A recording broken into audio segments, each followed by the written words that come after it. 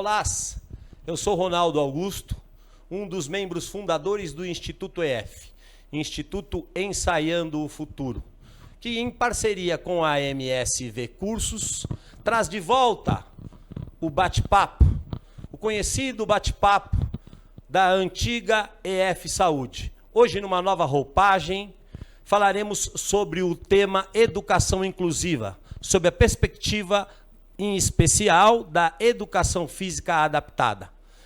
Estão aqui comigo os professores Tamara Montessante e Eduardo Natali, ambos com uma longa trajetória na área da educação inclusiva, estão aqui conosco para trazer um pouco do conhecimento adquirido por eles ao longo desse tempo. Para iniciarmos a conversa, professor Eduardo, por favor, conte um pouco sobre a história, o processo histórico de inclusão do ponto de vista social e do ponto de vista educacional no nosso país. Primeiro é um prazer estar aqui, agradeço o convite, a participação do debate. Acredito ser de muita relevância e complexidade o que vamos tratar hoje. Existem diversos pontos de vista, muitas possibilidades, vários institutos que trabalham com essa realidade, porém a gente tem que entender que é um tema hoje em dia que é abordado, mas pouco efetivamente produzido. Tá? Então, na prática, nós não temos uma efetivação atitudinal desse processo. Eu poderia dizer nessa fase inicial, depois eu passo à professora Tamara também, para algumas considerações, e a gente vai se complementando, que nós temos 4 etapas muito complexas a serem entendidas, que vêm desde a Idade Média, Idade das Trevas, enfim, até os dias atuais, que fala desde a exclusão, a segregação, a integração, e hoje a gente entende como inclusão. Qual é a grande diferença entre elas dentro desse aspecto histórico? A exclusão ela vem para tirar os fracos, tirar quem é muito diferente, tirar quem é discriminado socialmente, ou quem não é entendido como parte de algo. E isso perdura até hoje, por mais que nós negamos essa situação, vamos dizer dessa forma, nós temos um problema muito sério com essa exclusão, não só da pessoa com deficiência, mas como um todo social. Dentro desse contexto, nós podemos dizer que passamos por uma linha de segregação. O que é essa segregação? Separação de grupos. Então, grupos com o mesmo fim, mesmo objetivo, colocados cada um em um lado. Então, quem gosta de determinada coisa, quem se parece com isso, quem tem aquilo, ou seja, cada um em seu lugar. E passamos na década de 90, que é muito perto do que nós vivemos hoje, para uma fase chamada integração, que, de certa forma, é a inclusão de hoje mascarada, porque nós falávamos que o processo de integração era o processo inclusivo, quando, na verdade, você colocava um indivíduo diferente ou com uma pessoa com deficiência em um ambiente e pedia para que ela se adaptasse à realidade do lugar. E aí vem a inclusão com uma outra ideia, falando que tudo deve ser diferente, ou seja, ao contrário, o oposto do que se fazia. Mas mesmo assim, nos dias atuais, com tanta diferença, tanta dificuldade, nós fazemos, na verdade, uma integração com passos à inclusão. Então, nós falamos muito de inclusão, mas, na verdade, trabalhamos com demasia a integração, dando pouca oportunidade, seja por falta de qualificação, seja por falta de preparo, ou dificuldade, medo, enfim. São várias as contextualizações que podemos utilizar para entender que esse processo ainda se efetiva e não está efetivizado no nosso país. Isso é exatamente porque nós temos dificuldades que poucos discutem ou poucos alertam para que a gente tome cuidado. Oi, prazer, Tamara. Seja muito bem-vinda, Tamara. Vamos falar um pouquinho, então, lá antigamente, então. O que aconteciam com essas crianças, com esses adultos que tinham alguma deficiência? Eles ficavam presos dentro de casa, eles não eram incluídos na nossa sociedade. E então, pouco se sabia sobre eles, pouco se sabia como atuar, como proceder, o que fazer.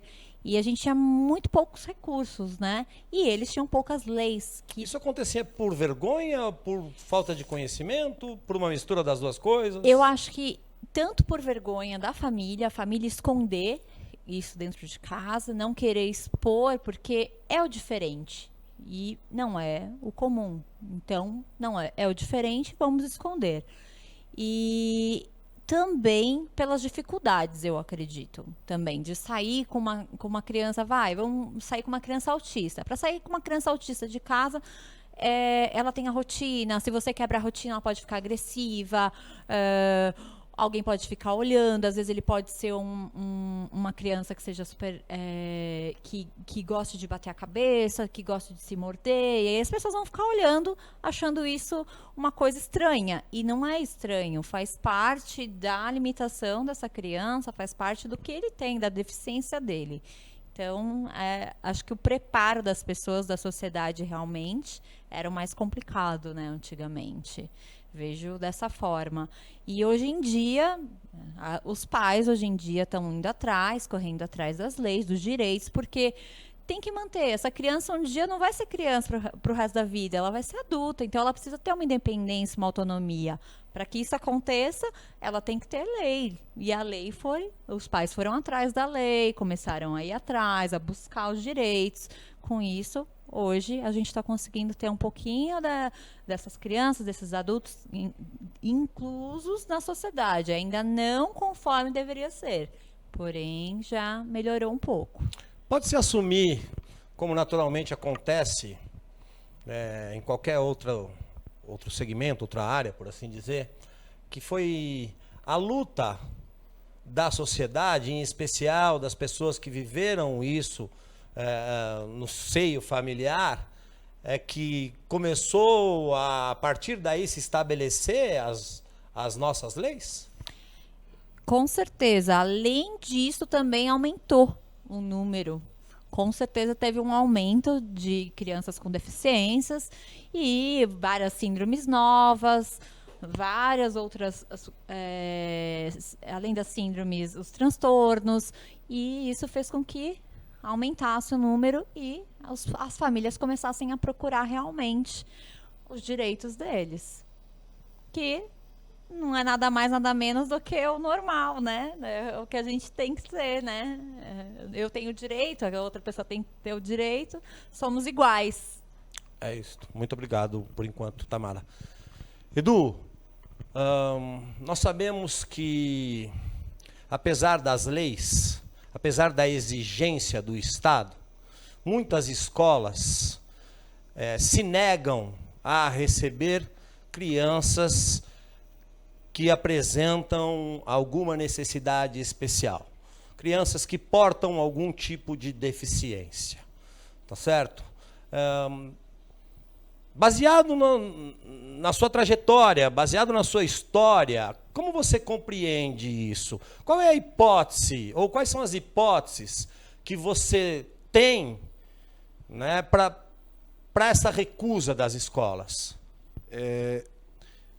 Você consegue ver nitidamente algumas questões que talvez nos livros fique realmente muito difícil de ser relatado, porque o texto escrito, o texto de muitos artigos não relata isso se não for estudo de caso, e se não for com muito cuidado escrito para que não, na verdade, surpreenda a população com fatos que acontecem na prática. E então isso é um cuidado que nós temos na hora de escrever, mas na prática isso se faz muito presente. O que eu quero dizer com tudo isso? A criança com deficiência, a família vai para a escola. Vai lá buscar sua vaga, já que nós não temos mais uma quantidade de instituições especializadas para atender um público que muitas vezes luta para que fique naquela instituição e não vá para uma regular. Para que não sofra por solidão, por bullying e outros relatos muito específicos desse público, que é, na verdade, pessoas com deficiência.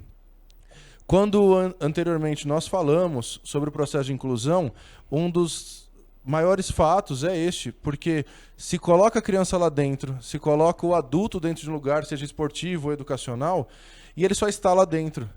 Esqueceu-se de falar das outras variáveis, que é a família, que é os outros, que são, na verdade, todos os outros alunos que estão ali, o professor, a estrutura, o ambiente, a sociedade, o entorno, que deveriam, na verdade, estruturar-se para poder entender o que é aceitação, entender o que a aceitação leva à diferença. A diferença é o pretexto ou, na verdade, a premissa da aprendizagem. E aí, quando se fala nisso, nós vamos entender que a escola, de uma forma velada, muitas vezes, aceita a criança, aceita sim, porém não desenvolve trabalho nenhum. A criança fica apenas passando o tempo dentro da escola. E aí você começa com algumas questões que devem ser, na verdade, levadas de forma crucial a serem respondidas ou consideradas. A família realmente quer que a criança fique num espaço para que ela tenha um espaço fora para que a família viva. A família quer um momento de descanso. A família gostaria de um momento de aprendizagem diferente e efetivo. A escola realmente se preocupa. A escola só abriu espaço. A escola só quer ser reconhecida ou faz um trabalho. Ou seja, nós temos vários pontos negativos e positivos que vão falar para você assim: existe a educação inclusiva em várias escolas e esportes? Não. O que existe, na verdade, é uma integração. Se coloca junto, achando que o fato de colocar junto gera-se conhecimento, sociabilização, só de estar ali. Quando, na verdade, existe ali uma pessoa que deveria ter autonomia e independência de forma coletiva a ser trabalhada. E isso não acontece. Posso dizer, então, que não haverá inclusão se não houver conhecimento. Se não houver aquisição do conhecimento, de competências e de habilidades. Isso. Né? Faz parte do processo de inclusão a aquisição daquelas habilidades e competências que permeiam aquela tarefa ou aquela atividade. Isso. Talvez a gente entenda da seguinte forma nos dias de hoje. Com a nova reforma da educação, por exemplo, nós vamos perceber nitidamente que existe uma deliberação de disciplinas humanistas ou que promovam caracterizações que vão trabalhar a implementação socioemocional, a caracterização do ser, por uma caracterização teórica de aprendizagem para passar em provas, vestibulares, e que não formam a pessoa, na verdade não transformam, né? Então você forma, faz com que o indivíduo decore e atinge notas, você quantifica, mas não qualifica, e aí essa qualificação, principalmente da pessoa com deficiência, ela fica ao lado. Verificando dados simples, e isso é de forma também, para que fique claro, isso é uma informação prática, que todos conhecemos, porém pouco divulgada. A média da maioria das crianças com deficiência é 6. Então, como pode todas as crianças em escolas particulares, públicas, ter uma média 6? Todo mundo é igual mesmo? Ninguém aprende mais nada? Ou é uma nota para apenas empurrá-lo para o próximo ano e simplesmente nós derrubarmos o meu pesar enquanto professor, que eu não conseguia lidar com ele, eu não conseguia, não tinha estrutura, a escola não me ofertava, e empurrava ele, bem como no esporte. O esporte é seletivo, o esporte ele é inclusivo. O que o esporte é? O esporte educacional ele deveria ser inclusivo. Traz a criança, mostra as habilidades, competências, gera outras competências que vão se desenvolver fora da escola. Porém, o esporte de alto nível, ele faz a mesma coisa que o esporte olímpico da pessoa dita normal. É seletivo, ele visa performance e não visa nenhum tipo de inclusão. É medalha, ou seja, o resultado, muitas vezes, como escutamos, é acima de tudo. Ou seja, onde estão os princípios, os valores que deveriam ser, talvez, estimados mais uma vez, para que promovêssemos a tal da inclusão de uma forma efetiva. Na verdade, eu acredito que a inclusão, antes de tudo, é a inclusão do próprio professor. O professor tem que estar incluído dentro da turma dele. E você está ali com um grupo que tem várias dificuldades e deficiências. A deficiência não pode ser só uma deficiência ali diagnosticada. Tem vários tipos de deficiências. Quem tem que estar preparado é o professor para estar atendendo esse tipo de aluno. E a inclusão é isso, é o olhar para a sua sala de aula, tá ali com a sua turma e dar a sua aula. Claro, tem limitações? Tem limitações. O que eu vou fazer? Eu vou tentar adequar essa aula para que essa criança participe. Para que as outras crianças também, além disso, sociabilizem com ela. Eu preciso explicar também. Se, no caso, eu não souber o que essa criança tem, eu preciso buscar, eu preciso ir além, eu preciso ter conhecimento. Sem conhecimento, a gente não chega em lugar nenhum. Eu aprendi aqui hoje que existe o neuroatípico e o neurotípico, não é isso? O neurotípico e atípico seria, entre aspas, o dito normal, e o neuroatípico seria o portador, perdão, a pessoa com deficiência, né? Mas baseado nessa sua explicação agora, Tamara, não vejo muito diferente de um processo dentro de uma sala de aula onde onde só tenham lá crianças chamadas neurotípicas, né? No fundo, o que precisamos é identificar suas dificuldades, né? Conhecer aquilo que falta a cada um deles em relação àquele tema que pretendemos ensinar, né? E a partir daí oferecer possibilidades de aprendizagem. Sim, que vai ser mais complicado, a gente sabe que vai. Não vai ser tão simples quanto uma criança neurotípica. Vai ser um pouco mais complicado. Eu preciso saber um pouquinho mais sobre a síndrome, eu preciso saber sobre o transtorno, eu preciso saber um pouco mais para poder trabalhar. Diferente de uma criança que não tem educação em casa, que é muito agitada, na aula de educação física não presta atenção. Em alguns casos é necessário o acompanhamento de um especialista? Em alguns casos, mas vamos falar nos casos de crianças que são agressivas. Por quê? Porque é claro que a mãe da criança neurotípica não vai gostar do filho dela tomar um puxão de cabelo, uma mordida, um tapa. Então, para isso, a gente precisa ter uma pessoa acompanhando essa criança atípica e que saiba lidar com isso dentro da nossa aula. Curioso é que essas coisas acontecem mesmo somente entre as crianças neurotípicas, né? É comum uma criança levar um tapão, ou um puxão de cabelo, ou coisas do gênero dentro de uma escola, não é isso? Sim, é normal. Porém, se é uma criança atípica que faz, aí agravou-se o problema, principalmente pela nossa sociedade não estar preparada para isso. Edu, você citou sobre as escolas especiais, né, que estão agora diminuindo, fechando, e essa população caminha para as salas de aulas regulares, vamos chamar assim. O que você pensa sobre isso? Até onde você entende que é importante mesmo que todas as crianças estejam juntas, convivendo num espaço educacional, haja vista que na sociedade é assim que a coisa vai acontecer, né? A gente não consegue diminuir o preconceito se a gente não conviver, né, com ele, se a gente não expor ele de alguma forma, né? Então, em que medida você pensa que é bom o fim das escolas especiais ou não? Eu não sou... eu vou deixar a resposta da verdade desta forma. Não sou contra nem a favor. O que eu sou a favor, na verdade, é algo que nós já discutimos anteriormente, mas eu acho que é extremamente válido retratar. É trazer a pessoa que realmente precisa daquilo para o ato de autonomia e escolha. Ou seja, nós que não temos, eu vou dizer dessa forma como foi discutido em um congresso, por exemplo, em um seminário. Quem faz muitas vezes a escolha pela pessoa com deficiência é a sem deficiência. O que eu quero dizer com isso? Quem sabe realmente do fato de o que vai ser necessário para acesso, quais são as premissas para que ele possa ter realmente facilidade de aprendizado, de permanência e, como diz a própria LDB, garantia de qualidade do ensino, é a pessoa. Então, eu vou citar para você um grupo de jovens que possui determinada deficiência, que solicita a permanência na escola e que abra, então, o ensino médio para eles nesta escola, porque eles não querem ir para uma outra escola de pessoas ditas normais, ou seja, regulares. Por quê? Já entre eles, visto como exemplo os amigos que foram, já se relata solidão, se relata bullying em excesso, se relata agressão e muitas vezes desfavorecimento social. Ou seja, ele já está te dizendo claramente, não é que eu não quero ir para aquela escola, se eu for eu não aprendo. E não é eu não aprendo porque eu não quero aprender, as condições ali não são favoráveis à minha aprendizagem.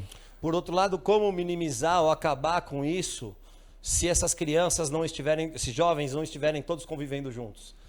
Mas a convivência, talvez, na grande fala de muitas pessoas, elas excluem ou, na verdade, elas minimizam a realidade social ao mundinho só da sala de aula, da escola. A criança tem a possibilidade de conviver com muitas pessoas fora dali e ela convive.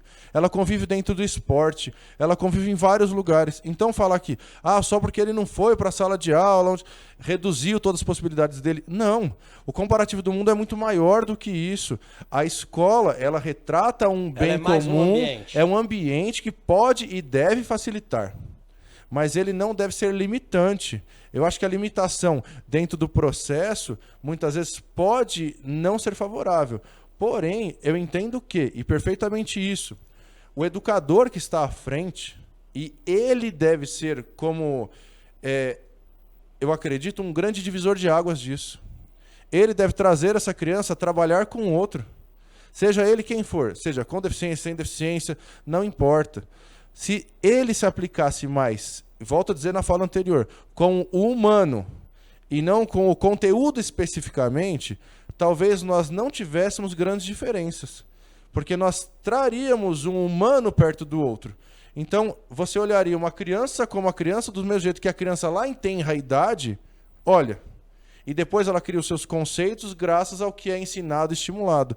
Então, talvez, é uma hipótese do meu ponto de vista, com professores qualificados, entendidos, com vontade principalmente preparados, isso não aconteceria.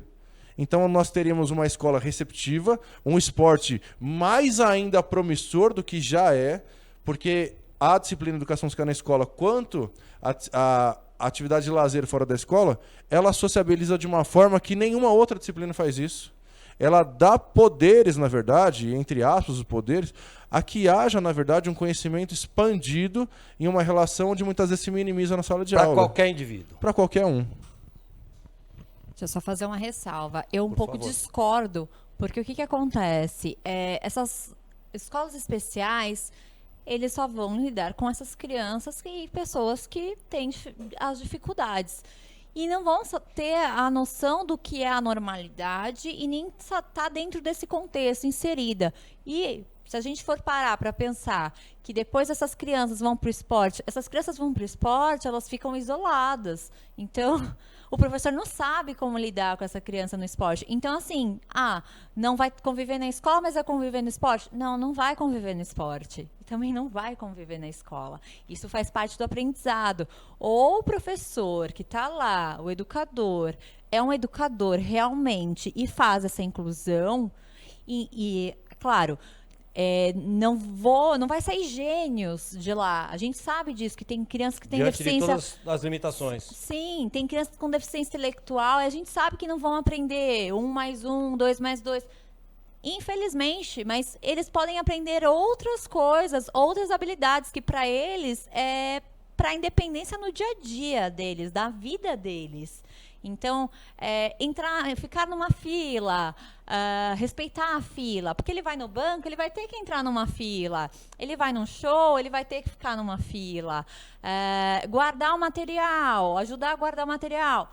Vai ter que guardar, porque na casa dele ele vai lavar a louça, ele vai ter que guardar a louça. Então, é criar autonomia para que eles sejam inseridos realmente de alguma forma. Esses conteúdos atitudinais, de alguma forma, você entende que eles podem ser extrapolados de um ambiente para o outro? Sim, acredito sim, que o que eles aprendem, eles podem depois fazer dentro da casa deles. E isso gerar uma autonomia muito grande, porque as famílias, a maior preocupação delas, realmente, é o depois. E depois, quando o meu filho não estiver mais aqui? Então, assim, é empatia, né?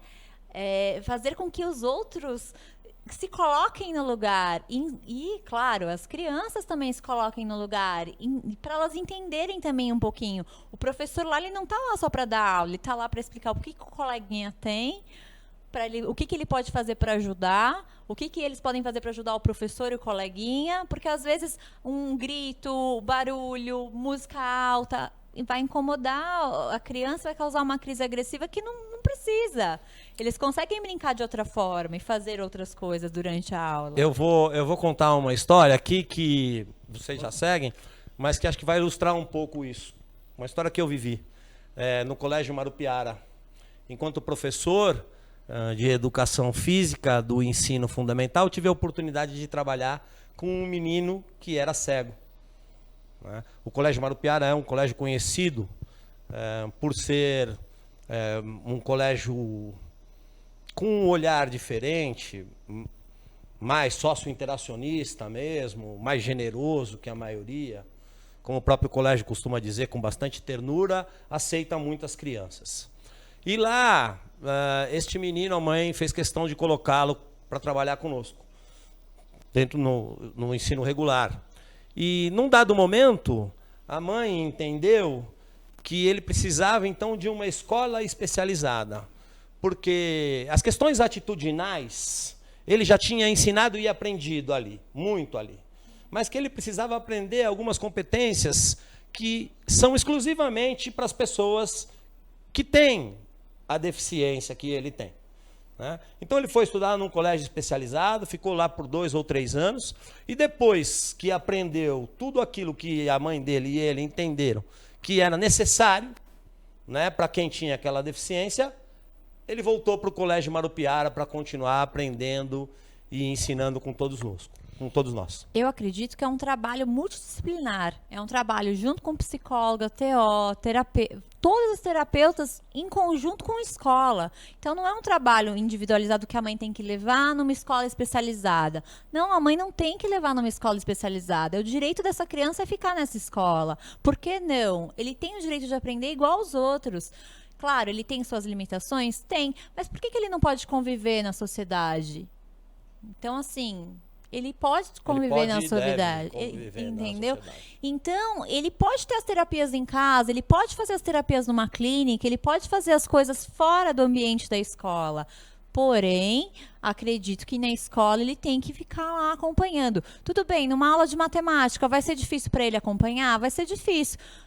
Então, tira ele da aula de matemática, vai levar ele para uma outra aula de educação física que está tendo, porque a parte de sociabilização vai ser feita, para uma aula de artes, outras coisas. Vamos incluí-lo de outra forma. E não lá na hora do recreio a criança fica lá no cantinho. Não, faz com que ele brinque com as outras crianças no intervalo. Edu. Eu só queria complementar, porque eu acredito fielmente no que a Tamara falou. Em alguns aspectos muito pertinentes ao que a gente realmente precisa falar. A maioria das escolas acaba não fazendo tudo isso porque eles modulam o sistema e não mudam de jeito nenhum. Então a escola se preocupa em colocar muitas vezes um post lá na frente, um cartaz com um aluno que passou no vestibular, no Enem, mas esquece que todos os alunos estão dentro da escola, não tem só aquele.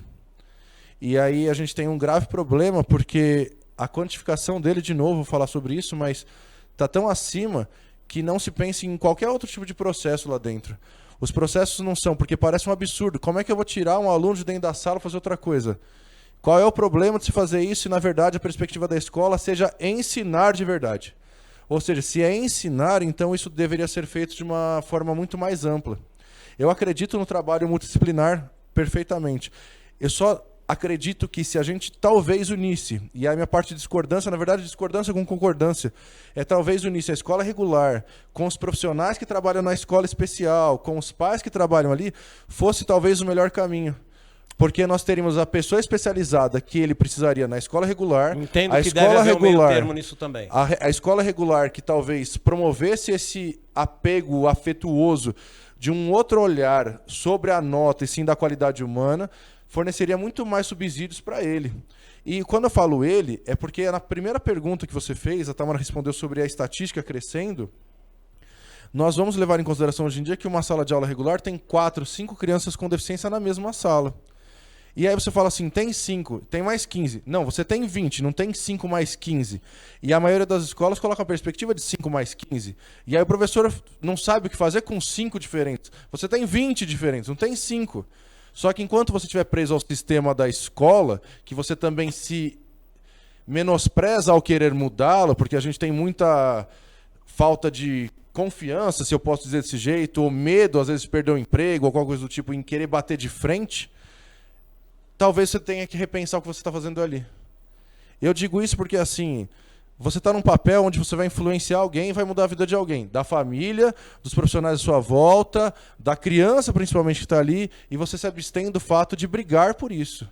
E você, pelo que eu me lembro, há muito tempo que eu me formei atrás, na primeira graduação, você fez um juramento que, acima de tudo, você faria isso.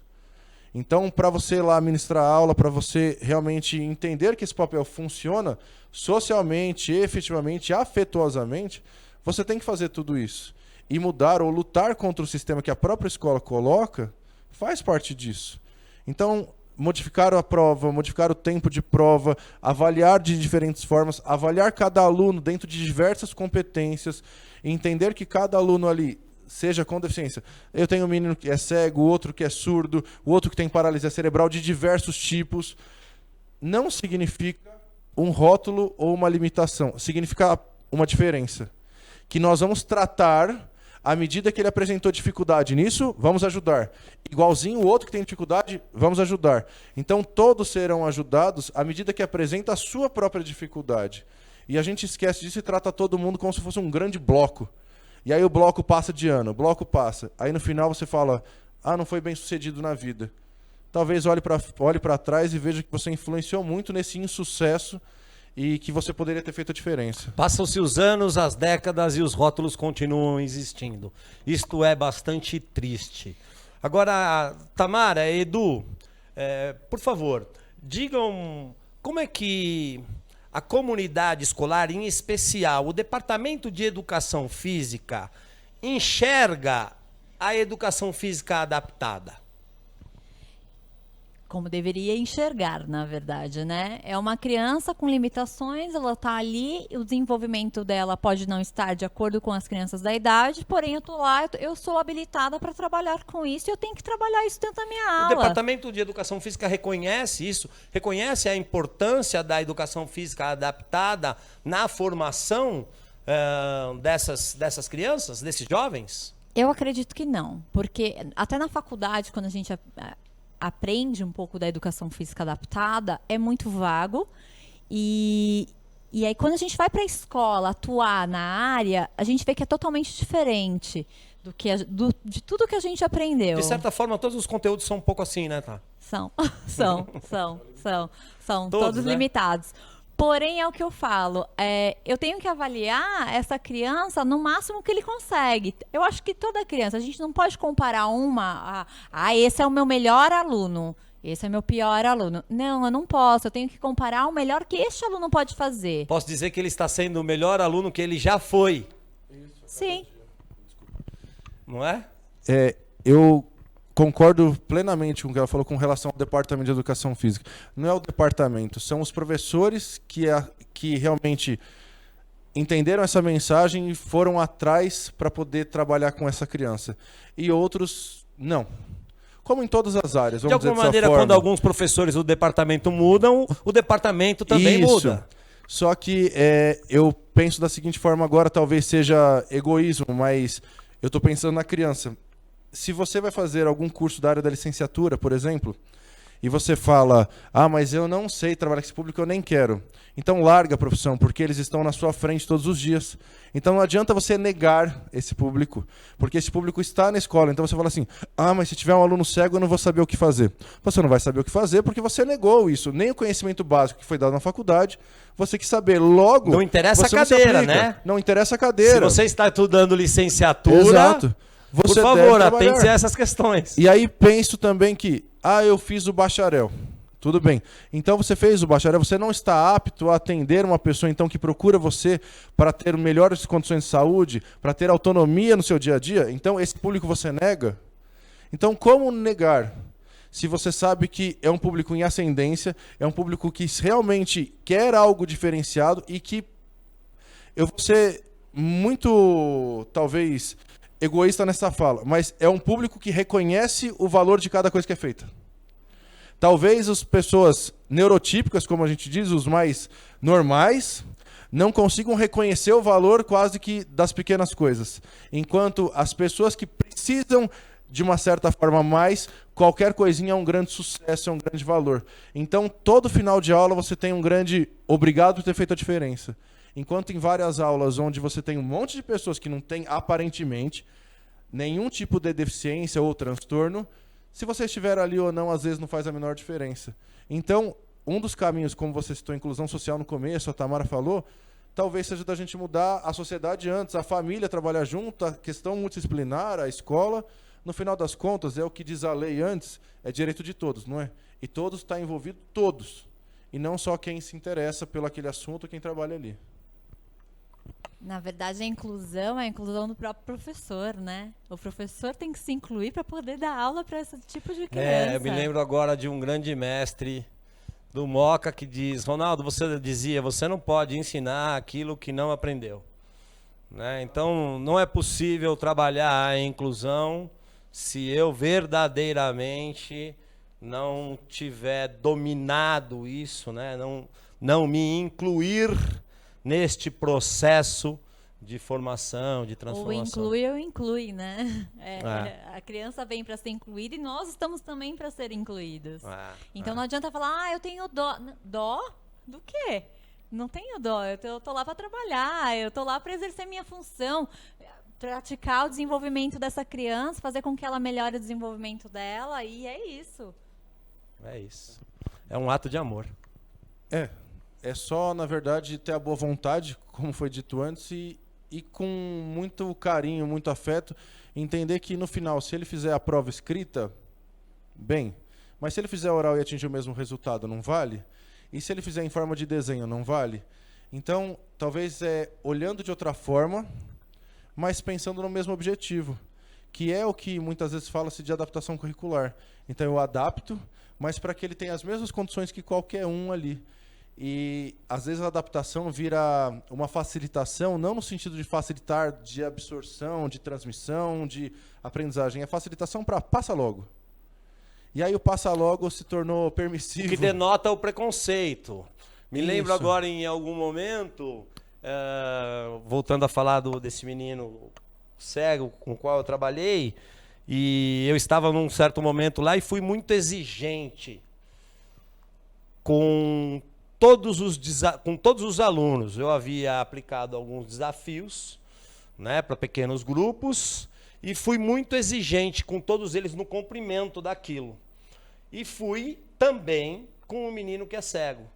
E enquanto estava sendo, outros meninos e meninas olhavam para mim assustado e faziam gestos, não queriam que eu fosse duro com ele, né? Mas eu dizia, ou pensava, se não for duro com ele, estarei sendo preconceituoso. O problema estaria em oferecer o mesmo desafio. Na verdade, acho que a vida, né? E o problema estaria em oferecer um desafio que não fosse compatível com aquilo que ele poderia realizar. Agora, uma vez que eu estou sendo exigente com que todos cumpram o desafio, eu preciso fazer a mesma coisa com qualquer pessoa, independentemente de ela ter ou não algum tipo de deficiência. É um pouco disso que você falou, a gente não pode ficar aprovando ninguém porque a gente tem dó, pena ou qualquer coisa que o valha. Claro, ele vai ser avaliado de outra forma, mas outros o instrumentos. Máximo, o quanto ele consegue. Ele consegue isso, então eu quero isso, ou mais que isso, vamos melhorar. Então, trabalhar para que ele melhore. E outra, um dia ele vai ser adulto, então um dia ele vai ter que trabalhar, ele vai ter que ter um emprego, ele tem direito a se formar numa faculdade, ele tem direito a exercer uma função dentro da nossa sociedade. Não haverá educação adequada sem a avaliação, né? A avaliação é o maior parceiro que o professor tem no processo de ensino e aprendizagem, essa é a minha opinião. E nós não a respeitamos como tal, não a valorizamos como tal, né? Usamos isso como um dia qualquer, num determinado momento, para aferir a quantidade de informação que se reteve, ou qualquer coisa do gênero, né? Quando deveríamos usar a avaliação como princípio de qualquer nova intervenção, de qualquer nova estratégia, né, de qualquer nova atividade discente ou docente.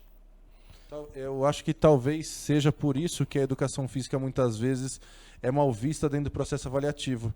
Porque a educação física em si, durante todas as aulas, você consegue entender o que o aluno faz, o que ele pode produzir, quais são as dificuldades, as relações, como se fala, aonde ele interage, com quem ele tem dificuldade, aonde não. Você consegue avaliar de forma interdisciplinar e esse relatório às vezes é colocado de lado. E aí você fala, por que colocado de lado se vieram tantas informações e foram jogadas de lado, muitas vezes por todos os outros professores ou pela coordenação. Ainda há escola querendo a educação física no contraturno. Exato. Ainda há escolas querendo que o professor de educação física saia das reuniões, deixe de participar das questões pedagógicas. Isso é de doer.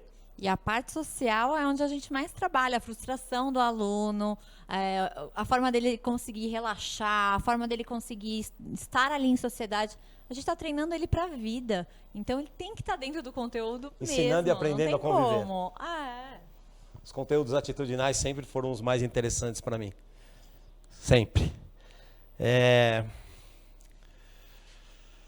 Edu, Tamara, nós falamos bastante da educação física sob a perspectiva da licenciatura. Vamos falar agora um pouco sobre a perspectiva do bacharelado. Né? O Edu até fez algum comentário em algum momento sobre isso, dizendo que a educação física, o esporte para o deficiente, de alguma forma acaba reproduzindo as mesmas questões que o do esporte para o chamado não deficiente. Né? Excludente, seletivo, intolerante, intransigente e assim por diante. Agora, do ponto de vista da aprendizagem, né, dos esportes, o que as metodologias nos trazem? É simplesmente o método de repetição ainda? Ou a gente tem novas metodologias, método não, né? A metodologia mesmo, enfim, de repetição ou novas metodologias voltadas para a questão da criatividade, do brincar, do aprender, enquanto se realiza o esporte num contexto geral? Hoje em dia, nós temos uma grande variedade. Antes nós tínhamos o processo de repetição muito bem instaurado. Hoje nós já temos algumas metodologias que trabalham o lúdico à frente como uma proposta de estímulo. Então vamos estimular habilidades, com resultados? Competências.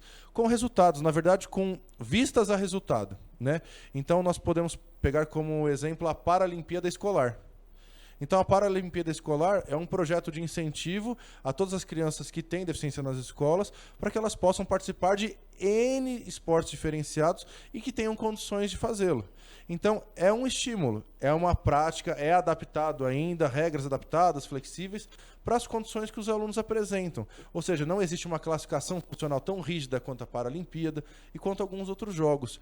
Porém, nós ainda temos, quando vai para o esporte de alto rendimento, o esporte performático, medalhista, que exige determinados resultados, metas, uma exclusão, uma seleção. Isso, na verdade, acontece porque ali é um outro patamar. Como as Olimpíadas. A Olimpíada é para todo mundo? Não. Não é para todo mundo. É para quem alcança determinado resultado. Tive a oportunidade esse ano, junto com o professor Francisco Kerbege, de fazer uma visita ao Centro Paralímpico Brasileiro. Tá aí, gente, uma dica. Façam uma visita lá, conheçam aquele espaço e aquele ambiente que é realmente sensacional. Desculpe, Edu, eu só quis aproveitar o momento. E outra questão, assim, que é bem complexa. Você vai pegar uma criança que tem dificuldade, que não tem o entendimento, você vai falar, faz o gol. Ela vai ficar parada, ela não vai fazer um gol. Então, para estar incluindo essa criança, primeiro eu preciso ensinar ela a chutar. Eu preciso ensinar ela a chutar para outra pessoa. Tem aí um processo pedagógico. Aquele famigerado processo pedagógico. Tem todo um processo que é um trabalho de formiguinha, assim, sabe? Na natação, eu tenho alunos que eu falo, gira o braço. Gira o braço e nada, deu na mesma. Então eu tenho que fazer o movimento para que ele entenda o movimento. Tem que ser de uma forma mais lúdica, porque se for aquela coisa de repetição também, não adianta, vai frustrar a criança, vai desestimular. Então é bem complexo. E dentro de uma equipe, de uma turma de 5 alunos dentro da piscina, o professor com um aluno com dificuldade, ele vai ter o olhar? Ele precisa. Mas será que ele vai ter o olhar? Será que ele vai conseguir parar e dar atenção que todo aluno merece? Ou será que ele vai deixar ele ali no canto, já que ele está afundando lá, ele está afundando, levantando, afundando, levantando. Deixa ele lá levantar, afundar, deixa De alguma forma isso acontece com outros meninos e meninas que não apresentam essas deficiências, mas que destoam, atitudinalmente falando, da maioria, não é? Já acontece já com crianças que são super agitadas, que ficam fazendo... Pensa então numa criança que não entende, não tem entendimento, você precisa fazer com que ela entenda, até ela precisa aprender o que é girar, girar.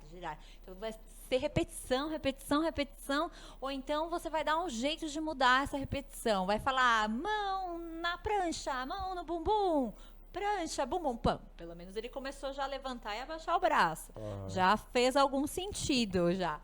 Tudo com funcionalidade, né? Para que um dia ele consiga, quem sabe, nadar um cachorrinho, um crawl, mas que ele fique feliz com isso, porque ele conseguiu.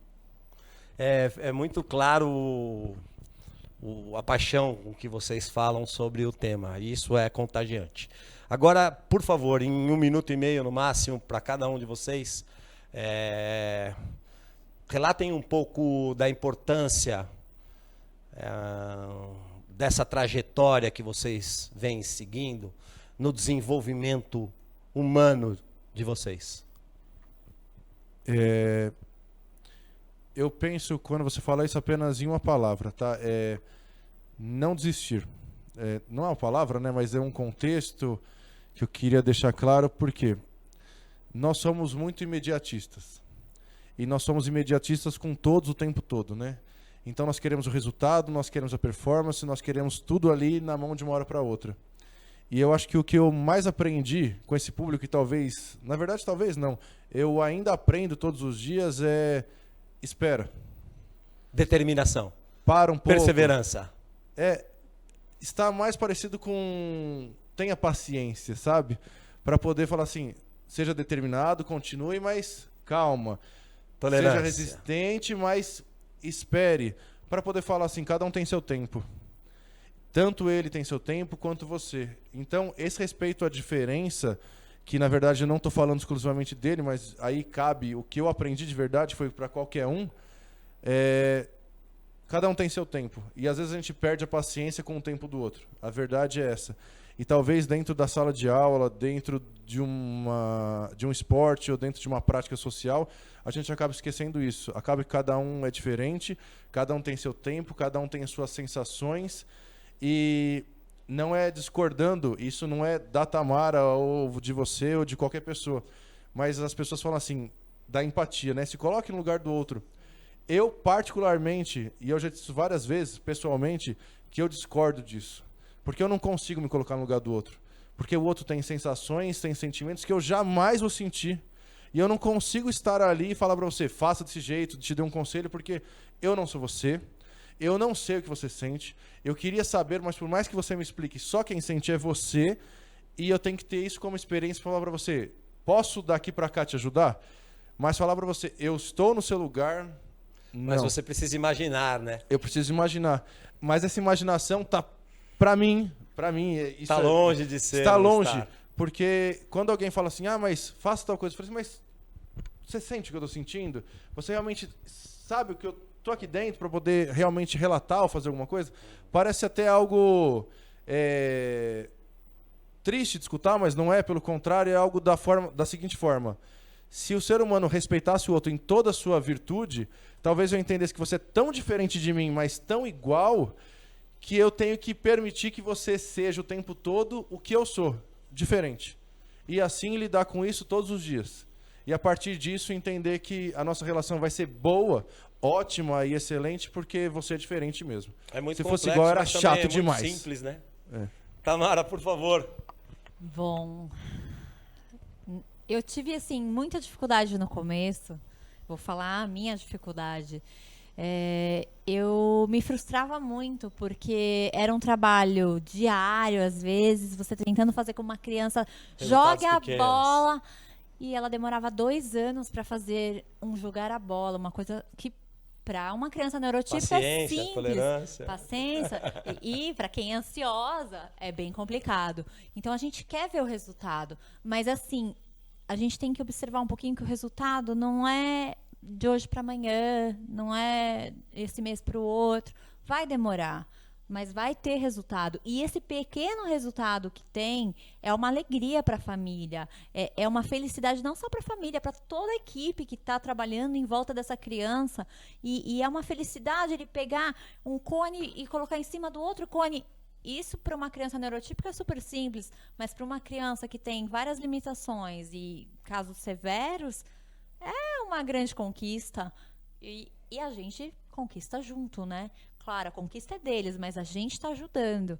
Está tentando fazer com que ele melhore a cada dia. E é vivendo e aprendendo, né? Cada dia, não tem como. E a empatia, eu acho que a empatia a gente tenta realmente se colocar no lugar. Mas, claro, nunca vamos estar no lugar. Porque não sabemos o que a família passa no dia a dia com essas crianças, não sabemos como é estar lá 24 horas por dia. A gente está lá 1 hora, é muito fácil. Então, O que a gente tem que fazer? Com que essa 1 hora seja uma hora prazerosa, uma hora que seja bom para essa criança e que ele aprenda com isso. É isso. Pois é. Para mim ficou agora a seguinte pergunta. Nessa relação professor-aluno, quem ensina quem? Responda você, se puder. Tamara, Edu, muitíssimo obrigado. Obrigada. Foi um prazer estar aqui com vocês. Muitíssimo obrigado a todos vocês. Nos vemos em breve e estejam aqui.